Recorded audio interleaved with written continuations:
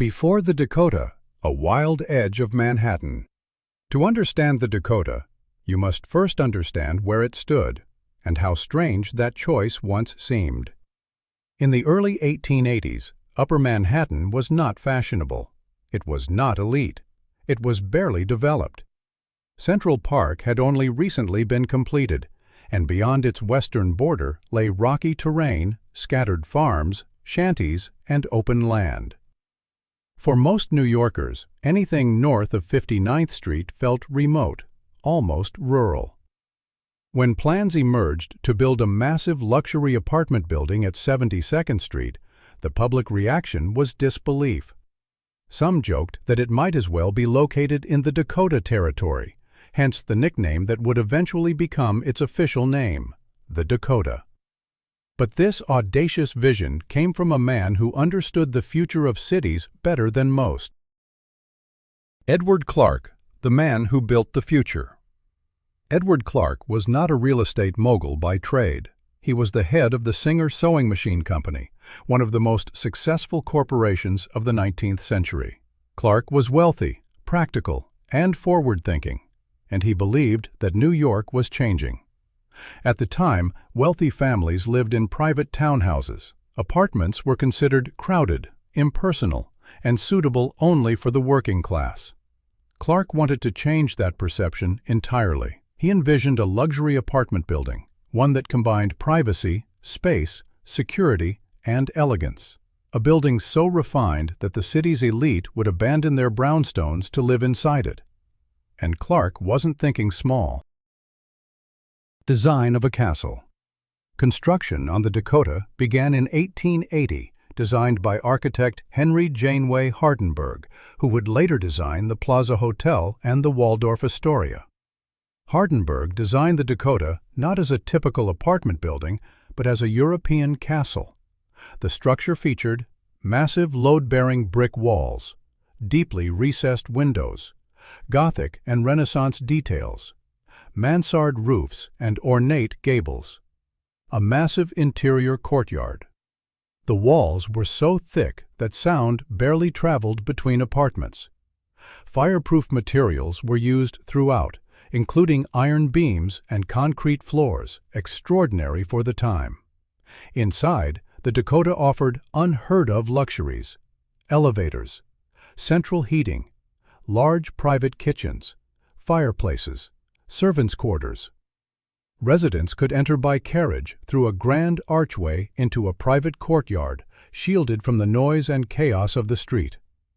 This was not merely housing, it was a statement. A risk that paid off. When the Dakota opened in 1884, skeptics expected failure. The location seemed absurd. The cost was enormous, and convincing wealthy families to live in apartments seemed impossible. They were wrong. The building filled quickly with bankers, industrialists, and artists. The quiet, security, and elegance proved irresistible. As transportation improved and the city expanded northward, the Dakota's location became prime real estate. In time, Central Park West transformed into one of the most prestigious boulevards in the world, and the Dakota stood at its gateway, already legendary. A building with rules. From the beginning, the Dakota was different not just architecturally, but socially. It operated, and still operates, as a housing cooperative, meaning residents must be approved by a board before purchasing an apartment. This board became famously selective. Money alone was never enough. Applicants were rejected for being too controversial, being too famous, being insufficiently discreet, simply not fitting the culture. This exclusivity cultivated an aura of mystery. The Dakota wasn't about wealth, it was about belonging. Some of the world's richest and most powerful individuals were turned away. Others became lifelong residents. Famous residents and cultural power. Over the decades, the Dakota became home to an extraordinary roster of residents: composer Leonard Bernstein, actress Lauren Bacall, actor Boris Karloff, conductor Arturo Toscanini, Roberta Flack, Judy Garland. But no resident would forever define the Dakota more than John Lennon. John Lennon and Yoko Ono. In the early 1970s, John Lennon and Yoko Ono moved into the Dakota, drawn by its privacy, artistic atmosphere, and proximity to Central Park. Lennon loved the building. He felt protected there, anonymous, safe. He recorded music, raised his son Sean, and lived a relatively quiet life behind its walls. The Dakota became a creative sanctuary, a place of reflection after years of global fame. But on the night of December 8, 1980, that sense of safety was shattered forever. The night that changed everything. As Lennon and Ono returned home from the recording studio, a man who had been waiting outside the Dakota approached them. Moments later, John Lennon was shot. He collapsed just inside the building's archway. The world lost one of its most influential artists, and the Dakota became forever linked to tragedy. Fans gathered outside in silence. Flowers covered the sidewalk. Vigils formed in Central Park. Even today, the archway feels heavy with memory. The Dakota and the supernatural. Long before Lennon's death, the Dakota had a reputation for being haunted. Residents reported footsteps in empty hallways, music playing from vacant apartments, figures seen in peripheral vision, children laughing in closed rooms. Lauren Bacall once claimed to have seen John Lennon's ghost near her apartment, smiling calmly. The building's age, isolation, and fortress-like design only deepen these stories. Whether believed or not, they add to the Dakota's mystique. Hollywood and myth. The Dakota's eerie presence made it irresistible to filmmakers. Most famously, it served as the exterior for the 1968 film Rosemary's Baby. In the film, the Dakota becomes the Bramford, a sinister apartment building hiding dark secrets. The role cemented the building's image as mysterious, ominous, and powerful. Reality and fiction blurred. The Dakota wasn't just a location, it became a character.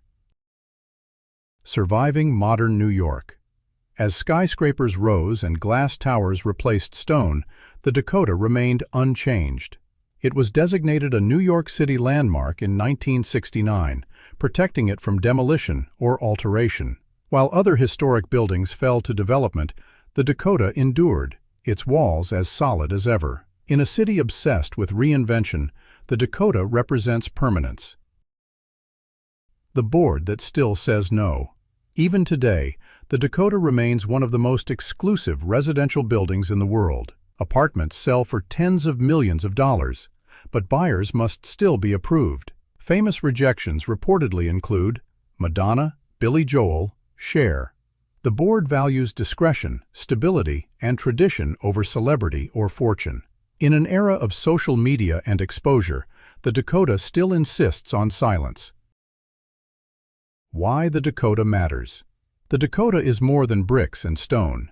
It represents the birth of luxury apartment living, the rise of New York's cultural elite, the tension between fame and privacy, the weight of memory in physical space. It is a building that has watched the city evolve, from horse-drawn carriages to electric scooters, without ever surrendering its identity. A silent witness. At sunset, when Central Park glows gold and the city hums below, the Dakota stands unmoving. It does not advertise itself. It does not explain itself. It does not invite everyone inside. It simply exists, watching, remembering, enduring. A castle at the edge of the park, a sanctuary, a mystery, a monument. This is the Dakota, New York's most famous building and one of its most enduring souls. If you enjoyed this documentary, please leave a comment, like the video, share it with others, and don't forget to subscribe for more stories like this.